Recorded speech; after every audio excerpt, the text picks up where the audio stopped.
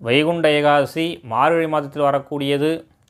அன்று அனைவரும் கட்டாயம் அவசியம் பெருமாள் ஆலயத்திற்கு சென்று நாராயணரை வணங்க வேண்டும்.